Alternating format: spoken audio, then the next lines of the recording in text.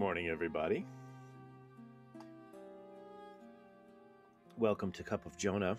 Starting a little bit late this morning, as you know. So apparently, allegedly, if you don't plug your phone in before you fall asleep, and it dies in the night, then whatever alarms you set don't matter. So I woke up at 8:05, and I was like, "Wow, okay." So good morning.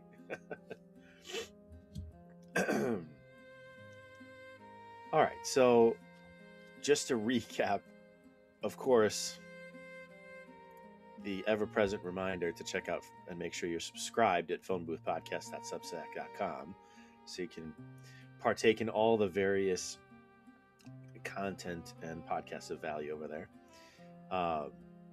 But to take a step back again, just as a refresher of where we've come from and where we're going in this book. Remember, we talked about how the mode of something's being, modus essendi, comes first, and that's what we talked about first after the introduction section about what is wisdom and why are we going to talk about things in the order we're going to talk about them. Then when we turn to God himself, first we talked about the way that he is in himself, and then we talked about briefly the way that we understand him, modus intelligendi, and now we're talking about modus predicandi, the way that we speak about him. And again, this is all foundational things to avoid great errors in the end by making sure we're making as few as possible, small errors in the beginning as possible. And yesterday we asked about what we determined that things are not said univocally with one voice of God and of creatures. And now we're going to ask, well, are they just purely equivocal? Now, there's an interesting distinction, equivocally by chance and equivocally by reason. Equivocally by reason we call an analogy, because it's an equivocation, but a reasonable, based on a perceived and understood proportionality or relationship between the two things. So today we're discussing equivocation by chance, and is everything we say about God equivocal by chance, or can we actually? Is there some substance there? So I think you guys can already guess at what the answer is going to be. But here we go. That not all names are said of God and creatures in a purely equivocal way. From what we have said, it likewise appears that not everything predicated of God, remember that means spoken of, or named, a name applied, predicated of God and other things, is said in a purely equivocal way, in the manner of equivocals by chance. For equivocals by chance, there is no order or reference of one to another, but it is entirely accidental that one name is applied to diverse things. The application of the name to one of them does not signify that it has an order to the other. But this is not the situation with names said of God and creatures, since we note in the community of such names the order of cause and effect, as is clear from what we have said. It is not, therefore, in the manner of pure equivocation that something is predicated of God and other things. Remember, the example I gave yesterday is when we say bark of the sound a dog makes, and bark, the outer layer of a tree. We're saying the same word, and that's just pure equivocation by chance, right? There's no reason why those two things sound the same other than they just happen to. Furthermore, where there is pure equivocation, there is no likeness in things themselves, there is only the unity of a name. But as is clear from what we have said, there is a certain mode of likeness of things to God. It remains then that names are not said of God in a purely equivocal way. Moreover, when one name is predicated of several things in a purely equivocal way, we cannot from one of them be led to the knowledge of another. For the knowledge of things does not depend on words, but on the meaning of names. Now, from what we find in other things, we do arrive at a knowledge of divine things, as is evident from what we have said. Such names, then, are not said of God and other things in a purely equivocal way.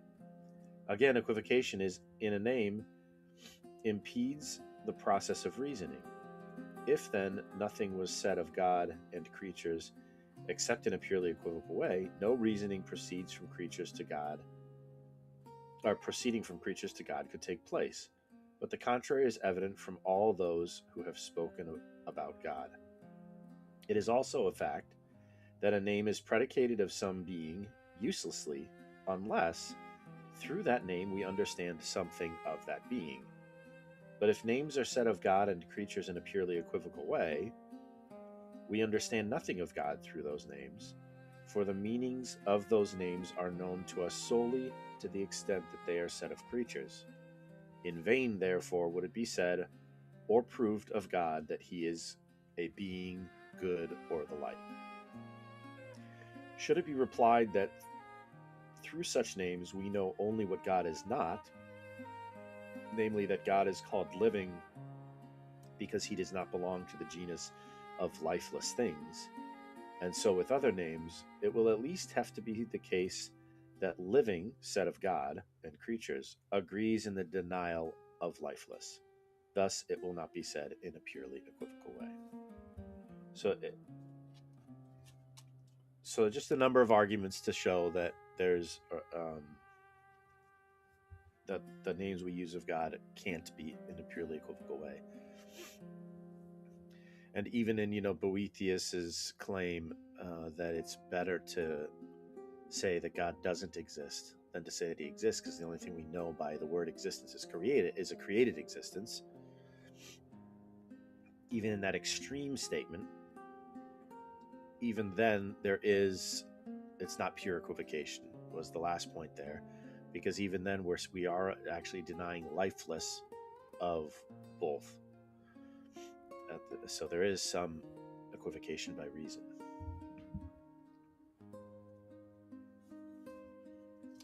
But again, remember, he'll set down several different arguments for the same thing, because we're laying a strong foundation for the future. Because as you've seen multiple times, he builds on the chapters that precede. So by strengthening this one argument from multiple different angles, it's going to be relevant to several different discussions down the road. Shiva, good morning. No, actually, Shiva, I'm still kind of waking up because I overslept my alarm. My phone didn't go off because it died. I never plugged it in. So my body's still waking up. That's why it sounds like sniffles. So thank you, though. So there you go. So tomorrow we're going to talk about how names are said of God and creatures analogically. And then the following day, we're actually also, we're probably going to read 2 chapters in a row, 2 chapters in one day, because they're each barely over half a page. So 2 quick little chapters there. And then so that'll be, so tomorrow, we're talking about the analogical, and then we're going to say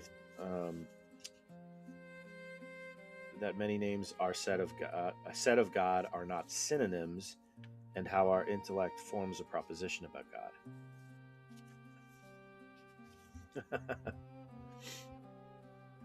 Jonah partied hard last night. I kind of wish that was the case. No, I just was overtired. A 48-hour fast helps if one is sick. It's true. 72 hours is even better, but 48 hours is great. Yeah. So, all right. So yes, of course.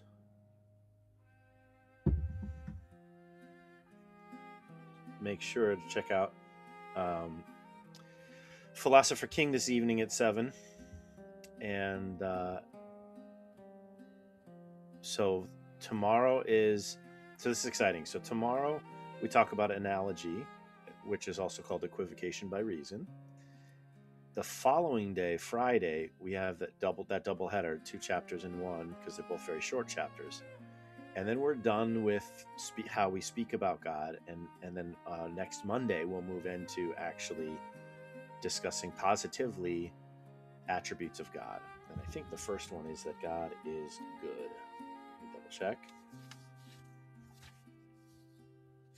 That God is good. So next Monday, we'll read that God is good. And then Tuesday, that God is goodness itself. And then next Wednesday, so a week from today, we will read that there cannot be evil in God. And actually, this is something that Shiva and I discussed. We asked the question when he was on Philosopher King a couple of weeks ago about whether or not God actually created evil. Evil exists. If he didn't create it, how did it exist? How did it come to be? What is evil? Right? These are very interesting questions, and they're very important questions. Because how could you? It is a quandary. How is there evil in the world if God is good, and if He's all powerful? This is an argument that people have against there even being a God. So next week will be a fun-packed, fun-filled week in terms of considerations about God. So, all right. Well, thank you for your patience with the late start this morning. 10 minutes tardy, but I do look forward to seeing you all this evening at Philosopher King at 7 p.m. Eastern. Have a great day, everybody. Cheers.